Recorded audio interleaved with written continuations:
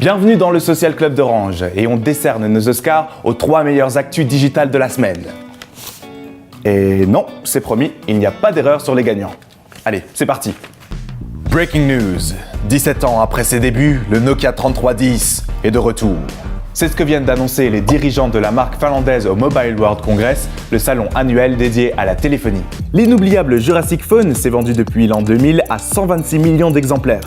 Réputé indestructible, ultra léger et doté d'une autonomie record, le 3310 Next Gen devrait combler tous ceux qui sont allergiques à la modernité et à l'hyperconnexion. 22 jours sans recharge, un écran couleur et une formidable connexion 2G. Et tout cela pour 49 € dès cet été. Et oui madame, le nouveau Nokia 3310 a gardé son célèbre serpent. Petit tips, si vous voulez garder votre smartphone, Facebook vient de lancer une version jouable gratuitement depuis Messenger. Je dis ça, je dis rien.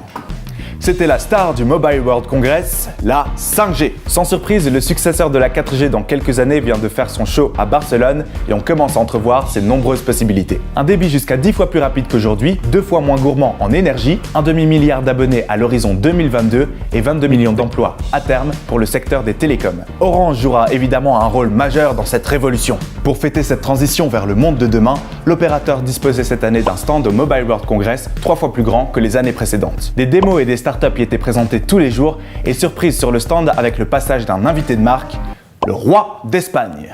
A noter que cette année, la France était la première délégation étrangère au Mobile World Congress. Cette fois, c'est sûr, il faudra compter sur le coq gaulois pour le futur des technologies. Après Facebook sur son ordinateur, Facebook sur son smartphone, je vous présente Facebook à la télé. Et oui, le plus grand réseau social au monde va s'inviter dans vos salons avec une nouvelle appli qui permettra de regarder les vidéos de vos amis, mais aussi tous les Facebook Live. D'abord disponible sur les Smart TV de Samsung, les programmes Facebook arriveront ensuite sur l'Apple TV et l'Amazon Fire TV, et on se doute bien que l'objectif est de concurrencer YouTube, toujours leader des vidéos en streaming. Bref, après l'arrivée de la première émission produite par Apple, encore une preuve que les géants du web veulent plus que jamais s'imposer dans vos quotidiens. On se quitte avec un Orangelo à Vimampisi, le premier artiste du Botswana à avoir gagné le Metro Music Award qui récompense les musiciens d'Afrique du Sud et autres pays d'Afrique. Vi est l'ambassadeur de la marque Orange au Botswana et il s'est imposé avec son titre I Do. On écoute ?